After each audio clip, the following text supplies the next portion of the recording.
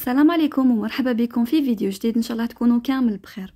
اليوم ان شاء الله رايحه ندير معكم الغريبيه هذه تجي طريه ومقرمشه في نفس الوقت، وفيها واحد البنه بزاف هايله. شوفوا الله يبارك شكلها كيفاش يجي، وتجيب بزاف بنينه. الوصفه هذه ننصحكم تجربوها، خاصه اللي يحبوا الغريبيه تاعهم تجيهم مقرمشه. تابعوا لا فيديو حتى الاخر باش تشوفوا المقادير وطريقه التحضير. والغريبيه تاعنا نحتاجو فيها 125 غرام تاع ليدام. هنا راني مستعمله 100 غرام تاع لا مارغارين و25 غرام تاع السمن.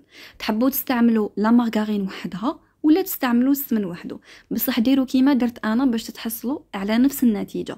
ديروا 100 غرام تاع المارغارين و25 غرام تاع السمن.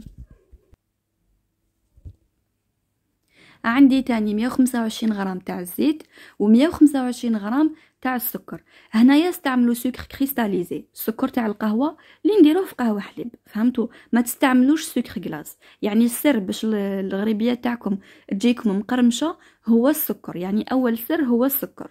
نحتاجو تاني القرفه اللي هي الطبع تاع الغريبيه، ومغرف صغيره تاع لافاني، مغرف صغيره تاع الخميره ما يعادل 5 غرامات، ولا ديروا نص باكي تاع لا ليفور. وعندي تقريبا 500 غرام تاع الفارينه والقرصه تاع الملح. هنا راكم تشوفوا نحط كامل المكونات في الريسيبيون تاعي.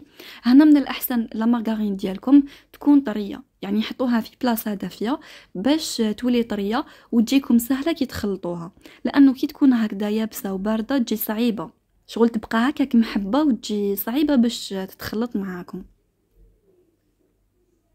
زدت حطيت الزيت والسكر، وهنا درت رشه تاع القرفه ورشه تاع الملح. انا دائما نحب ندير القرفه في لاباط باش تجيني بنينه، ما تجينيش الغريبيه تاعي صامته. ما تكتروش، يعني رشه خفيفه برك وراح تولي على حساب الكميه اللي درتوها. وهنا كيما راكم تشوفوا راح نخلط هاد المكونات بالباتور مليح حتى وين ينسجموا مع بعضهم، وهذا الخليط يبيض ويتضاعف الحجم ديالو. يعني هذا تاني سر باش الغريبيه تاعكم تجيكم خفيفه وبنينه. هنايا كان عندي شويه لوز محمص حطيته في العجينه. هنا راني دايره حوالي مغرف كبيره تاع لوز، كيما تقدروا ديروا كاوكاو. الا حبيتوا الغريبيه تاعكم يبانوا فيها بزاف المكسرات تقدروا ديروا حتى ل4 مغارف كبار في هذه الكميه اللي مديتها لكم انا، ولا تقدروا تستغناو على هذه المرحله، يعني ماشي لازم ديروها. شوفوا هنايا الخليط تاعي بعد ما تضاعف الحجم ديالو مليح ولا ابيض كيما راكم تشوفوا. شوفوا كيفاش يولي كريمي وبزاف خفيف. دوك هنايا نبدا نطم في العجينه ديالي. هنا حطيت الخميره ولافاني ورايحه نزيد الفارينه واللايم لاباط تاعي عادي. هنا قلت لكم الفارينه راح تاخذ لكم تقريبا 500 غرام، وراح تولي على حسب نوعيه الفارينه كيما دائما نقول لكم. راكو على بالكم باللي في لو مارشي كاين بزاف انواع تاع فارينه، وكل نوعيه كيفاش دايره، كاين اللي تشرب كاين اللي ما تشربش. يعني انا نمد لكم المقادير بصح ماشي دائما نطيحوا فيهم كامل كيف، يعني كل وحده واش من نوعيه تستعمل، فهمتوا؟ نتوما الفارينه تاعكم حطوها غير بالعقل وطموا غير بصبعتكم، ما تعجنوش حتى وين تتحصلوا على عجينه تكون طريه. دوك نوري لكم القوام ديالها كيفاش.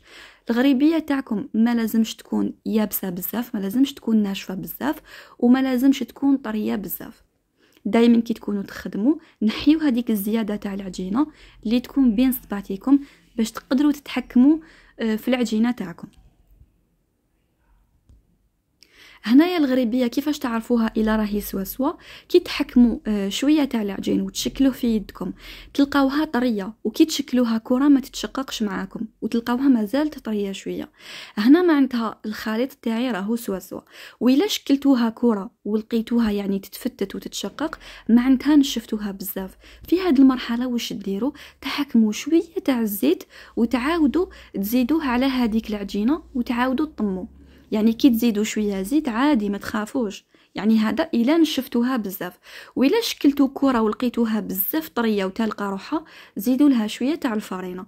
شوفوا انا من الكميه تاع 500 غرام شحال خليت، يعني ما استعملتهاش كامل. قلت لكم تولي على حسب نوعيه الفارينه. اني وريت لكم يعني القوام كيفاش يكون وفهمتكم مليح يعني كيفاش لاباط تاعكم يلزم تكون. هنا راح نجي نوزن العجينه بلا ما نخليها تريح ما والو. رايحه نوزنهم هنا كامل 46 غرام، يعني راكو شفتوا الحبه الله يبارك وافيه، ولا تحبوا ديروهم 50 غرام ولا 60 غرام كيما حبيتوا نتوما.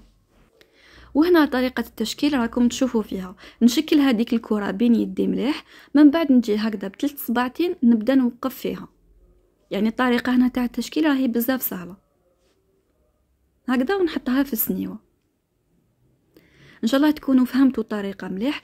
وهنا الا خفتوا باغ اكزومبل الغريبيه تاعكم تحبط لكم في الفوغ، ولا كي تخدموا هكذا حبه حطوها طيب، يعني سيو حبه في الاول حطوها طيب. الا شفتوها يعني جاتكم مليحه ما حبطت ما والو، كملوا اخدموها هكذاك.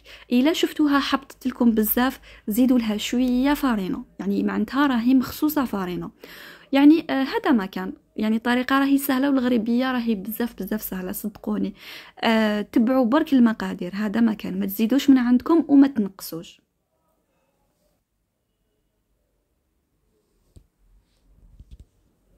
نكملهم كامل ونحطهم في السنيوه ديالي، ونرش عليهم القرفه من الفوق، ونزيد نرشق عليهم حبات تاع اللوز الثاني.